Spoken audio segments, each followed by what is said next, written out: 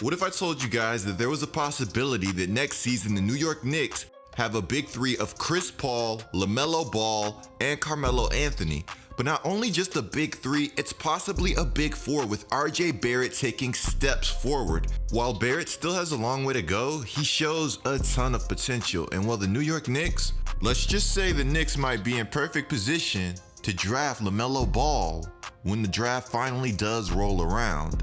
You see, the New York Knicks, they've been bad, and they've been bad for some time. And sometimes it seems like they show no signs of getting better.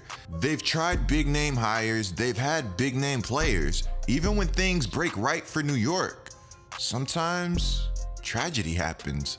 And it's unfortunate because New York is a wonderful city, and the market is huge. It's out of this world. And well, of course, don't get me started on Madison Square Garden. While I've never been, I've heard nothing but glowing things about it. And there has to be good reason that one of the best players to ever play the game of basketball holds the Garden in such high regard. LeBron James, he loves it there.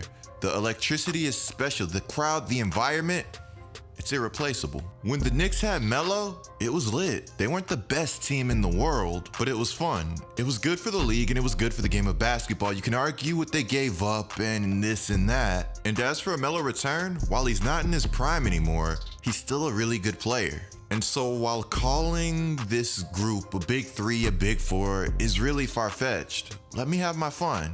Because I think we'd all be watching and welcoming a Melo return to NY. I remember when it was rumored that the Nets would get Melo alongside KD and Kyrie. It seemed like a dream.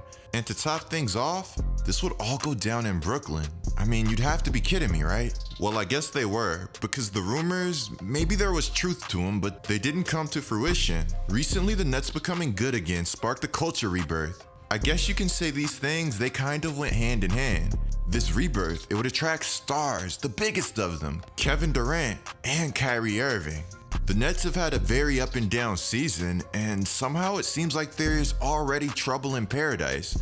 Kenny Atkinson, one of the faces of the Nets culture rebuild, he's out. And while every day there's been more information releasing on this whole situation, something just doesn't feel right. Earlier in the season, Kyrie kind of demanded change regarding the roster, and he demanded it in a way that struck a lot of people wrong. And well, let's just say, I've been seeing more and more rumors that these Brooklyn Nets, the Nets that we know, they're about to undergo some serious changes. Hey, in my recent Lakers video, I did say it's better to be proactive than reactive, right? But what are we even reacting to? This video, we're going to be going over the drastic changes that the Brooklyn Nets want to make and the truth behind the Kenny Atkinson firing. But also, we'll be talking about the future of the Knicks and the talent that they plan to bring in. They're thinking big. But before we go any further, guys, be sure to subscribe and turn on notifications. You will not want to miss another GETLIKECOOP video. And that's facts. I'm trying to get to 200,000 subscribers so I can go full time and bring you guys daily content. So be sure to subscribe and turn on notifications. So you guys know the drill. This is the part of the video where the first question commented on the last video gets answered. So I did have a good suggestion, and I'm going to start making this part of the video way more professional, like get like a cool little overlay or something for it. I don't know, I'll figure it out. But the suggestion was that I should mix up how I choose the question going forward, so I might do that. Now, with that being said, the question is, who is better, Giannis or James Harden? As a big-time James Harden fan and a Rockets fan, I'm going to say that Giannis is the better player, and it's not that close to me because Giannis is just so dominant on both sides of the basketball. With that being said, they're both amazing players, but there's something about Harden that rubs me the wrong way sometimes. Going to some Rockets games in person, his body language is just really poor at times, and Giannis is always going 150% every time he touches the ball. With that being said, Harden could be getting tired out. I'm not sure because he plays such a demanding style of basketball, But let me know who you guys think is better down in the comments below. With that being said, be sure to follow me on IG, handle GETLIKECOOP. You will not want to miss another post. Let's start off with the Knicks. This is a team that I want to see good, and not even if they're good. Not like the Knicks can be bad, but I want them to be entertaining more than anything. And I think them being entertaining is good for basketball. Of course, that is my humble opinion, and you guys are entitled to a different one. But with that being said, the New York Knicks, they have made some moves over the past few years that can be promising. I know their owner has not been the best owner in sports, but what I can say about their owner is that it seems like he is a guy that is invested in making the Knicks good. He has been rumored to be going after the guy that's running everything for the Raptors, that's supposed to be the brains behind the Raptors becoming so good and so dominant. The guy that's not afraid to make those moves, Kawhi Leonard for DeMar DeRozan. So there is some promise there in that Dolan will spend the money that he has to be good, even though there's no signs of him leaving. Could you imagine Ujiri in New York building something from pretty much scratch? It would be epic. And I'm not saying he's going to leave the Raptors, because he's locked into Toronto, and the Knicks, at least momentarily, they have their guy. But Ujiri and NY would be fun. One thing I don't understand is how teams will willingly overpay these players, but then you see some owners hesitant to spend on top tier management. And I know just because it seems like somebody's elite doesn't mean they're going to be good, but I would much rather invest in people that can build a great team than one player who may show some promise occasionally and may fizzle out. But of course, again, my opinion. The Knicks go out, they hire Rose. Of course, Carmelo endorses this, and so now we're looking at Carmelo possibly joining the Knicks next season. They're going to look at ways to bring Carmelo back to NY. Again, epic. Even if it's not the best basketball move in your opinion, it's fun to me. Okay, so we have Carmelo returning possibly, but now what about Chris Paul? You guys know Chris Paul is boys with Melo. Article states Leon Rose's arrival means Knicks can shoot for stars like Chris Paul.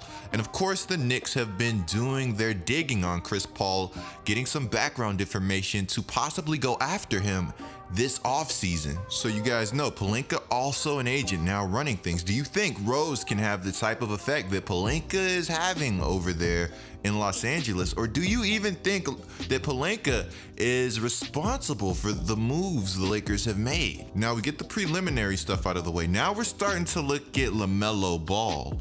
Reports are that the Knicks didn't have a chance to scout LaMelo while he was overseas. But you see, the thing is, the Knicks are reportedly targeting a scoring guard in the NBA draft. And perhaps there's no better scoring guard in this draft than LaMelo Ball. Not only do the Knicks want this scoring guard, but LeVar wants LaMelo to play in NY. And I can see why. I think LaMelo Ball in NY is honestly the perfect fit. Some players, I think they thrive in big markets, and some players, I think they do better in smaller markets. But I think LaMelo is this type of player that can bring some promise to NY, that can bring the flashback. And I would absolutely love to watch that. Again, I'm talking a lot from a viewing standpoint, but of course, I think LaMelo is a fantastic player. Okay, so now we have the Knicks squared away, but what's going on with the Brooklyn Nets? Kenny Atkinson and the Brooklyn Nets mutually agree to part ways. Something just does not seem right. Everybody's already blaming Kyrie, which is interesting because Kyrie is not currently playing, and as I know, Kyrie is out for the season. So yesterday a report comes out that Kenny Atkinson wasn't keen on coaching KD and Kyrie next season. Kenny pushed for the parting as much, if not more, than Brooklyn. What I'm not understanding is why Kenny Atkinson, this guy that was vital to the Nets turning around their culture, would not be interested in coaching two of the best players currently in the NBA. Something is not adding up to me, at least. Now, of course, there are chances that something soured this season and maybe Kyrie and Atkinson really couldn't get along. But something just really does not seem right, because I saw an article that said Kevin Durant was drawn to the Brooklyn Nets in large part because of their culture, and he did his digging on Kenny Atkinson. Kevin Durant loves basketball. This guy lives, breathes, and I shouldn't even have to say this, so you guys get this at this point. But what I'm trying to tell you guys is that Kenny Atkinson was a big reason KD wanted to come to Brooklyn. We already have reports coming out. Kyrie Irving prefers Tyronn Lue for the next head coach.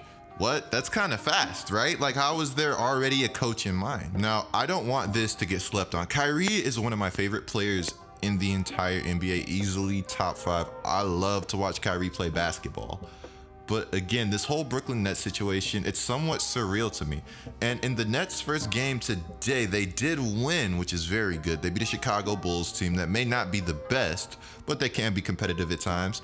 The Nets, without Kenny Atkinson in their first game, they start DeAndre Jordan. Now, I know DeAndre Jordan can be a very serviceable player, and he was a very good player in his prime, and I still think he has a lot left. But DeAndre Jordan is boys with Kevin Durant and Kyrie Irving. It's interesting. I want to know what you guys think on all this down in the comments below. With that being said, be sure to click the video on the screen right now, guys. It's me going over the Lakers and Clippers recent signings and playoff hopes. Be sure to subscribe, notice on GETLIKECOOP, and I'm out.